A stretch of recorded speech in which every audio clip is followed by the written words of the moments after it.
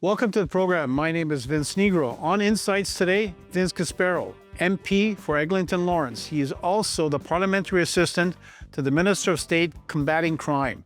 We talk about the crime situation, not only Toronto, Ontario, across the country, the economy, and a whole host of other things that will affect you. Vince Casparo on Insights.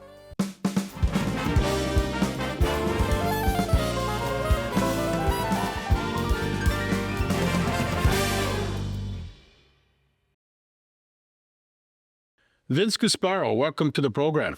Thanks for having me, Vince. Last time you were here, you were an aspiring politician, and you were debating whether you were going to run. You decided to take the plunge, run provincially.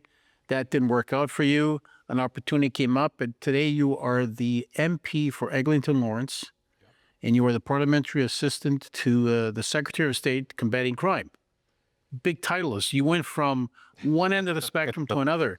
What did it feel like getting elected that night, Vince? It was a close contest and it was up and down, but you went from one war provincially, you took a little bit of breather and jumped right into another. You went from being a businessman, you always talked about getting involved in politics, and then you got elected that night. What was that feeling like? Well, you started off really well, Vince, in regards to the provincial campaign. I was really proud of the campaign we ran. We outperformed the Ontario Liberal Party by over 18%. And as you know, and as some of your viewers know, when a local campaign outperforms the party by such a large percentage, it really signifies that the local campaign and me as a candidate was resonating quite well in Eglinton-Lawrence. We came 167 votes short in the provincial campaign, not that I'm counting or anything, but it was a pretty good indication from folks that they liked our message. And our message was based around being fiscally responsible and socially progressive. So when the world sort of blew up and Prime Minister Carney became Prime Minister and President Trump was threatening annexation, I was receiving a lot of messages from constituents as well as from members within the leadership of our country, asking if I would consider running federally. I spoke to some pretty important people who I trust, as well as members of the community, and I decided to take the plunge. And we rolled right into a federal campaign a few weeks later. And, I'm very proud of our results. We got more votes in Eglinton-Lawrence than any other politician in history in that riding. It was... And there were some heavyweights that had run in that riding before. Correct, yeah. Marco Mendicino, the previous... Joe Volpe, Joe Oliver. So definitely there was some significant politicians who had run there before, and I'm very proud of the campaign we ran, and we were successful. Vince, you find a political question that provincial, municipal, and federal, that normally folks that would vote conservative provincially will vote liberal federally. Huh? And the city of Toronto in Ontario, it's interesting how that whole dichotomy of politics works out. Were you kind of surprised that you got that many votes federally and then provincially it was close, but you didn't get it? Yeah. So I was really surprised, and I got to tell you, Vince, there were several doors, more than several, many doors, where I would knock on the door. And they said to me, they said, Vince, we've always, we liked you provincially, but we had to vote for who we thought the best leader was provincially. And they voted for Doug Ford provincially. But a few weeks later, they had my sign on their lawn saying, we still like you. We think you're the better candidate. And we think your prime minister is the best person. It helped to be fresh within the viewing political population out there. But I noticed and I see that on social media, you have hit the ground running pretty hard once you got elected. And You know, a lot of folks will tell you in politics, you know, those grassroots knocking on doors, canvassing, that kind of stuff are out the way. I know that you worked very, very hard canvassing, and you still to this day are out there. I noticed a week or so ago you had a couple of you had a crew that you guys were out canvassing and that kind of stuff there. And do you agree that still knocking on doors is so important? Um, my view, Vince, is when politicians get elected, they have to continue to work hard.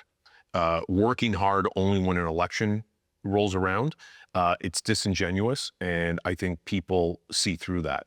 And I can't tell you how many messages our office has received, and notes I get from people who are so happy that we continue to work hard right across our riding. You know, I have 120,000 people in my riding. It's of Eglinton-Lawrence. It is very diverse.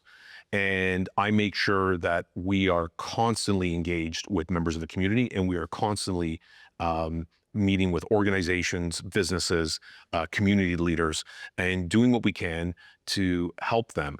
I'm very proud of how hard we are working, and we've continued to work. Yeah, and I have to tell you, not because you're a friend, is that I followed your campaign from day one, from the beginning, and I follow a lot of other people's campaigns, and you do work hard, and you've been out there as opposed to saying I'm going to take 6 months off and just kind of coast. So you know what it's like because you've come off being a staffer, you've been in the political game. You know that sometimes getting reelected is even harder than getting elected. So it's very important to keep it at. You get elected, you do your grassroots stuff, you become, you know, obviously the goal is you're basically in the big leagues. I always say to folks that the federal scene is the big leagues. At the end of the day, there are interesting things that happen municipally, interesting things that happen provincially, but federally, you're in the big leagues. It's across the country. It's a gamut across the country. And you've been fortunate. Obviously, the next step is to get into cabinet, but you have been successful to get into becoming a parliamentary assistant to the Minister of State combating crime. When you got the call on that one, were you surprised? And were you surprised at the portfolio they put you into? Well, you know, it's an honor to serve, and you know, say it often that, you know, I serve at the pleasure of the Prime Minister. We all serve Right. the pleasure of the Prime Minister, and when if the Prime Minister ever decides to make a change in, you know, in his with his parliamentary secretaries or with his cabinet, that's the way our system works. So I really wasn't that surprised. Having someone that has an extensive financial background in the combating crime role makes some sense, especially when you're trying to address illicit financing for organized crime, and organized crime which impacts car thefts, which impacts fentanyl distribution and manufacturing, and as well as terrorism. Having someone that has that experience makes some sense. And I'll give you a perfect example. Just today, I had a national security briefing and conversation with OSFI. And as you know, and as your viewers know, OSFI regulates all of our financial institutions, and we talked about illicit financing. Having someone that has the experience, that's worked for financial institutions, is helpful. Yeah. You don't have to waste your time getting up to speed. That's right. So, I understand why the Prime Minister would have wanted me in that specific role. And you know, I'm sure we can talk about crime more broadly. Yep. The so you talk about crime. We're filming this program in Toronto. It's going to get coverage across the country. Crime has been, depending on what day or what month, it seems like there's a little more control on it. But a lot of the break-ins, a lot of the drive-by shootings, the gun situation. Since you've gone there, what are some of the changes that you feel that could be implemented to continue to help combat crime? You know, I was just out of the country, and even though I saw some semblance of some crime, it wasn't that bad. It was very much under control. Whether it was behind the scenes, it was that you come to Canada, you come to Toronto, you see a lot more out there. And I think that's at the top of most people's mind. We can talk about the economy and everything else, but right now the whole crime thing is if you don't feel comfortable going to work, going to school, going to your synagogue, going to your mosque, I mean, that's a problem. Absolutely. And as you know, and your viewers know, that the federal government, we pass the laws.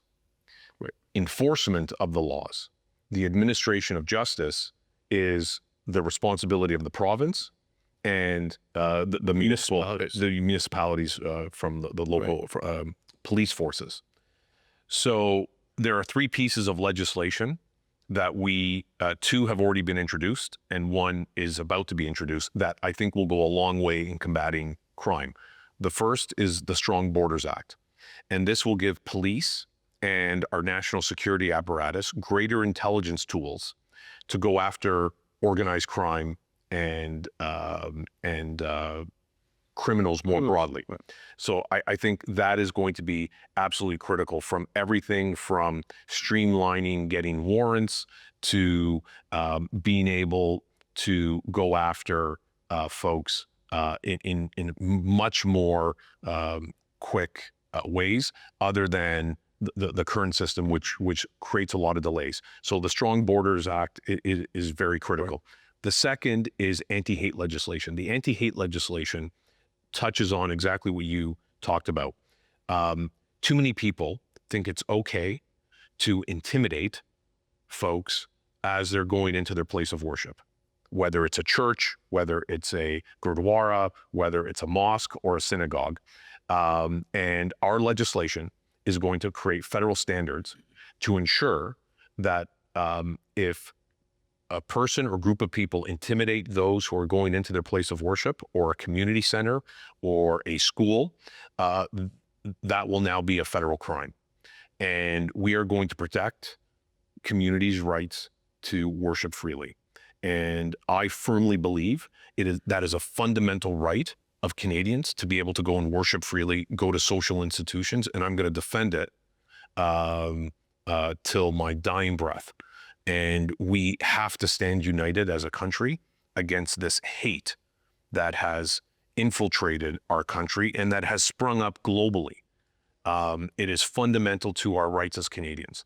The third piece of legislation is that will be coming, it hasn't come yet, but will be coming, is bail reform, and which will make it much harder for those who are repeat offenders, violent offenders, to get out on bail. So those three pieces of legislation will be critical in combating crime and should give the provinces and the municipalities the tools they need to go after the bad guys and put them away. That third piece is probably one of the most important pieces in terms of the bail reform to keep people off the streets. For sure. Yeah. And I think it will be critical. Yeah. Vince, we want to thank you very much for joining us. I know you have a busy schedule and taking some time out before question period on an afternoon to come and do this interview, and we really appreciate it and love to stay in touch and bring us up to speed on some of the future stuff that happens in your portfolio. Great. I look forward to it, Vince. Thanks for having me. Thank you.